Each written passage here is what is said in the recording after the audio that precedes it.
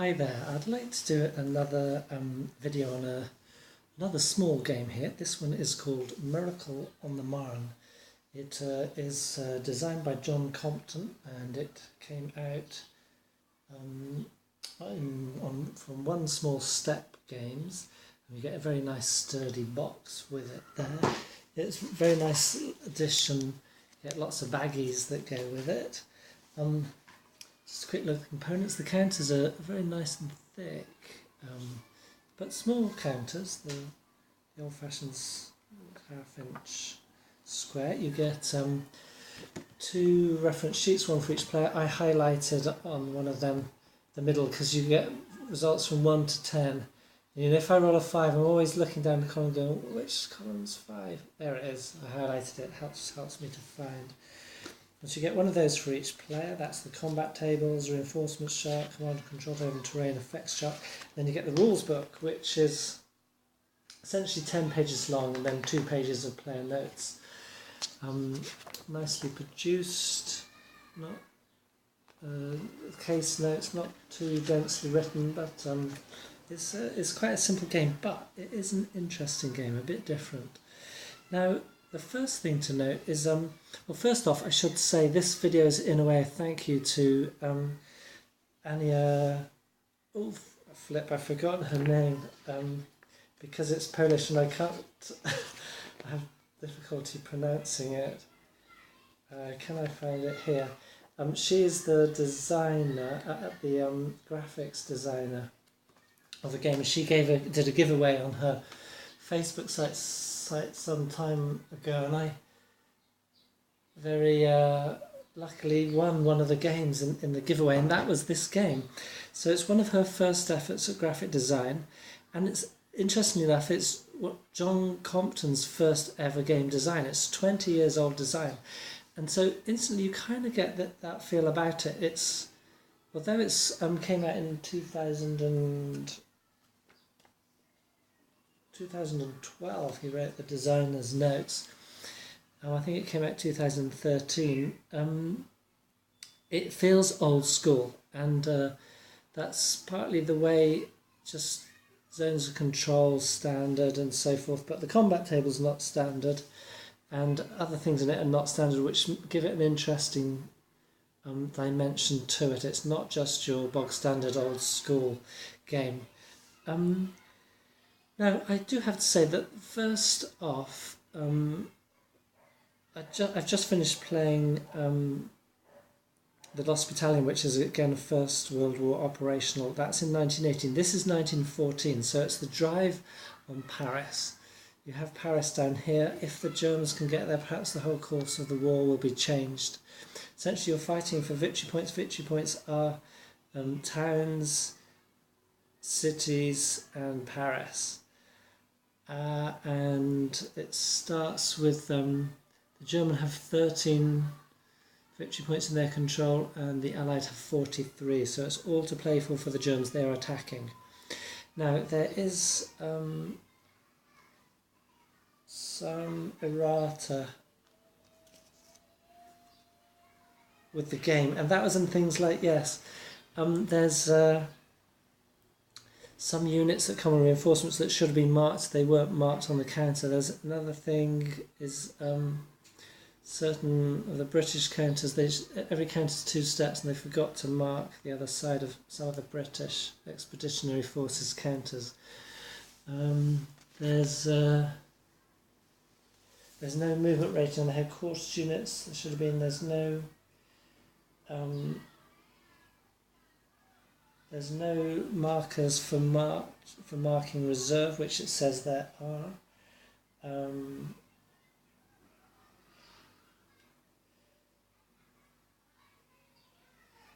There's some modifiers, 1 or 2 things missing on the tables. There's also different colour combinations listed on the tables as the units on the map, so you have to guess. For example, what the colour of the French 5th Division is if you're going for the optional command and control table rule, which I recommend because it, at least as a solo player, makes it more enjoyable.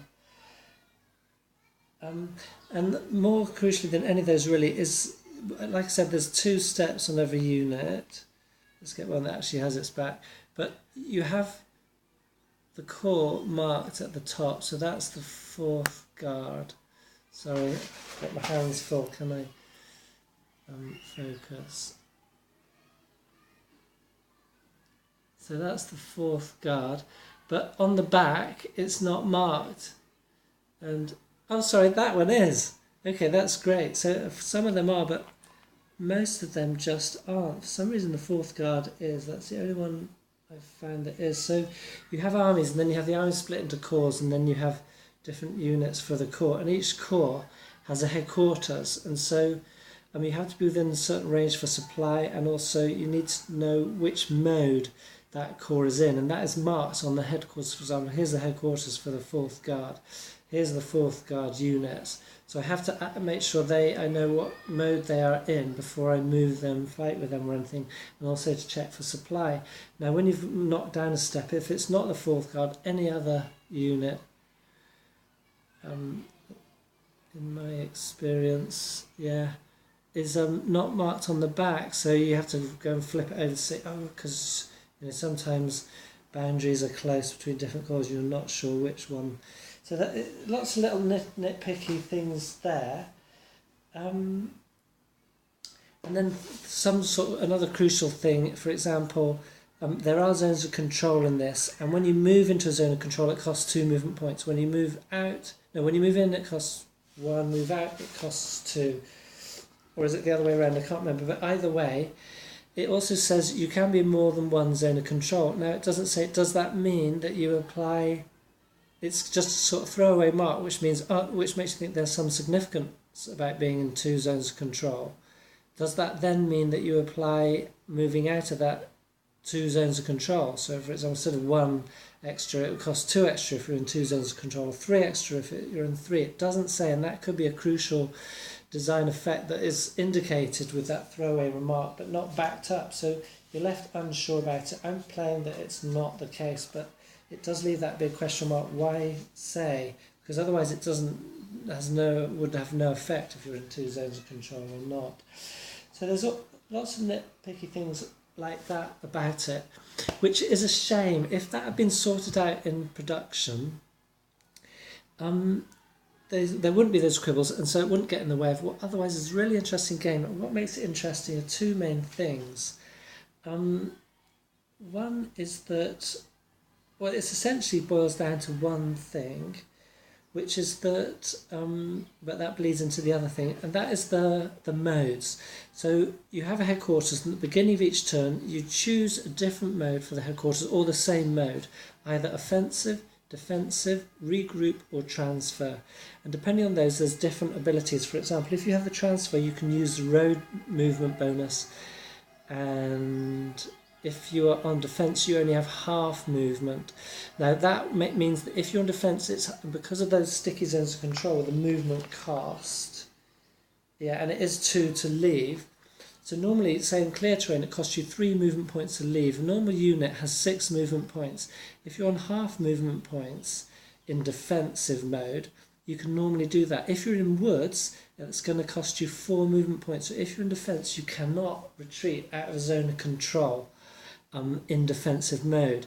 So, and obviously it gives you benefits on defence. So if you're guarding woods line, and for example, like here, I had to make the decision, are we going to hang on defence even though we're getting mauled, or do I go into transfer mode, and then we will get a full movement rate and we can withdraw out the zones of control and try and get back. Subsequent to that, another turn later, we can go for a regroup, which means you can bring back lost steps or even lost units on a certain die roll. But that's not the only question, which is the other thing that those modes bleed into, which is the combat factors. Now, on the combat results table, perhaps you can see here, it's on a D10, so there's quite a lot of variability. And then across the top you have the combat factors you are attacking with. So it's not odds related, but we'll get to that in a moment. But what you do have is then the mode of the group you're attacking: offensive, defensive, transfer or regroup. So you get better results if you're attacking a group in, say, transfer or even in regroup. if you're attacking a group in offensive mode, it's okay. In defensive mode, you get worse results on the whole. So you're weighing up. Okay, so I'm going out of defensive mode into transfer because we need to get away. But if he does get to us and attack us, then it's going to cost us more dearly. So you're having to make difficult decisions like that. Then another really interesting thing about the combat and the modes is the defensive versus offensive. Now, it's not odds-based, but every unit has two factors, attack and defence is generally half or more than half of the offensive, the attack factor. And you don't have odds-based, but you have a defensive fire. So if you have to declare your attacks, and before that you can do bombardment. So you have artillery units, you can do bombard, which soften up the person, the defender. And then you declare your attack, and then the defender gets a defensive fire attack with the defensive number, so less than the normal attack combat factor. So they get a sort of reduced attack at you before you get to attack at them. So that's a very nice thing. Instead of just the bog standard odds based, you have this. The attacker it depends on the damage they're going to do, depends more or less on the role and how many combat factors they're bringing in against the mode of the unit. Are they withdrawing? Are they pulling out? Are they dug in for defence, or are they actually attacking me, etc. But they're always going to get, and you're not quite sure, because you're not allowed to do known spec stacks, how many defensive factors they get in their defensive fire. So so the attacker can get a detrimental result on that, not based on odds, but just based on that defensive fire. It kind of does the same thing, but it's an interesting twist. And then baked into that too is the fact that you get a lot of engaged results. So no damage is actually done, but each side that is engaged has to then fight again as soon as they can. Now after the combat sequence goes declare attacks, defensive fire, offensive fire, and then you get a counter-attack segment. Now, if you're in defensive mode, you can counter-attack. So if you're in the other modes, you can't counter-attack. So that's a bonus of being defensive mode. Even if you get less movement and so forth, you get the possibility of an extra attack. Now, that attack is with your attack factors. But you're the person you're attacking, who was previously your attacker, will also get defensive fire against you. So again, it's an option in defensive mode, but it is there, and you really want to take it because it gives you more chance to deliver more damage to the person that is attacking you. But it is an option, and so say I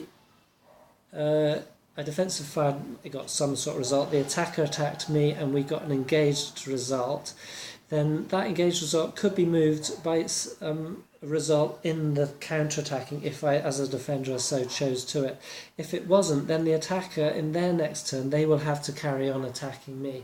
So engaged result remains, meaning whoever gets the first next opportunity has to attack, whether it's counter-attack or regular attack, until any result other than engaged is found on the combat result. So there's not lots of modifiers. There's only like forest, cities, towns, then corps coordination, rivers, bridges, massed targets. So you're not having to worry about lots of mods to look through. It's very quick and easy like that. There are some questions on the movement, like bridges. You're sort of reading between the rules. Unless you're in transfer mode, you cannot use bridge movement. So you have to cross the river at +2 movement points. That's a pretty hefty factor of slowing you down. Again, it'd be nice if that had just been clarified.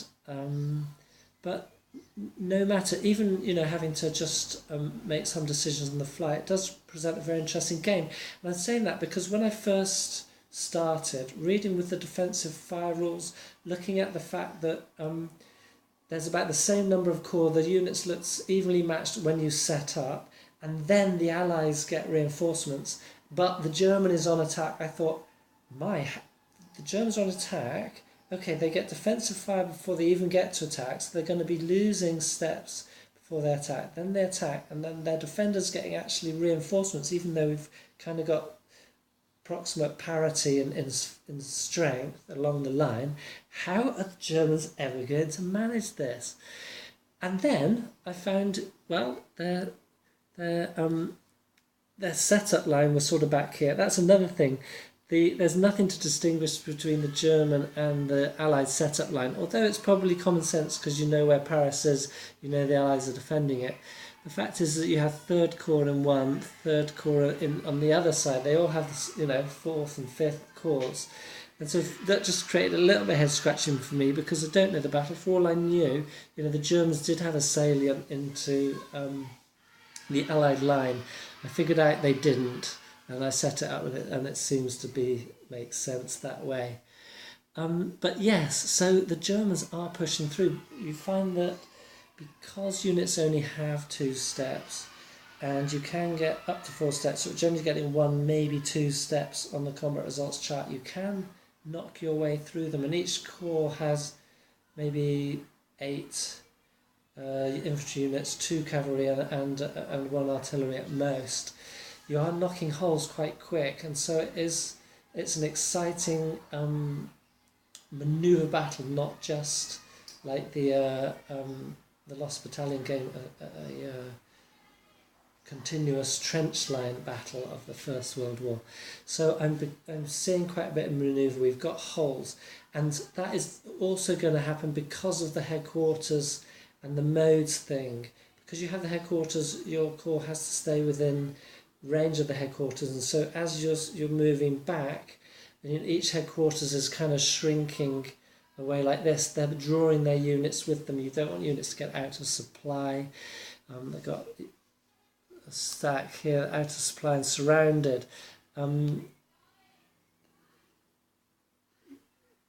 As your headquarters draw back and the units cluster towards that, gaps open up between the corps, let alone the armies. And the Germans are exploiting those gaps as best they can. Now, in the 2-player game, and it is only a 2-player game, but if you're playing opposed, you do, at the beginning of each turn, you choose the mode your headquarters in, and you put your headquarters face down, so you do not know the mode you're up against. And you don't quite get that in playing solitaire as I am. I could go to the bother of turning upside down, and I will forget in between turns, and when I walk away and come back. But then I keep having to flip. So I don't bother with that. I just sort of make the Germans or the Allies move sensibly.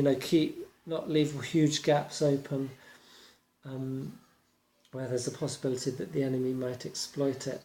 But I think the last thing I just want to say is that, so at the beginning of the turn you choose that the mode. However, there is an optional rule where you roll for mode change. So depending on the army, and that's where the colour combinations don't tally between the chart and the units as printed, but you can figure it out. I mean, it does say the French Fifth Army should be yellow. There's no yellow stripe. So, and there's nothing in the rules that indicate which corps belong to which army. So I don't know which corps belong to which army. I could do some research. I'm not that bothered. I just sort of figured it out more, so it's more or less right. There's some difference between the armies. Like some will change better. Some will go.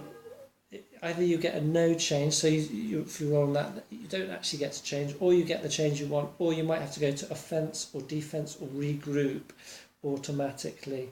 And for example, the British Expeditionary Force tend to regroup. They're going to need that because they get pummeled.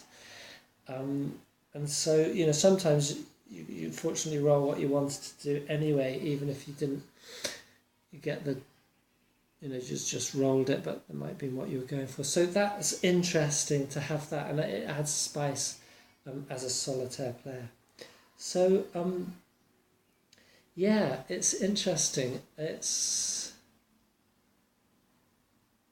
And I can, like I said, I had trepidations at first, what with the errata, and then looking at it and thinking, hang on, because of all the errata, it unfairly in a way made me think, hang on, there's something wrong, the game's broken, the Germans are never going to be able to break through.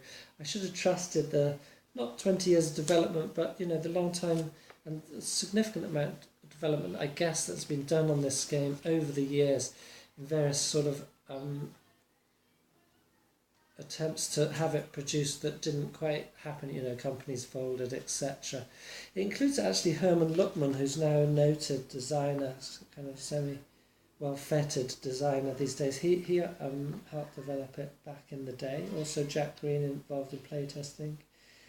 So you can see it's had a long history right back from 3W via GameFix and then now into One Small Step Publishing. So, yeah, I think it's a nice, interesting game. It is, like I say, it has an old school feel in the graphics and the counters, and then just something about it all kind of feels old school.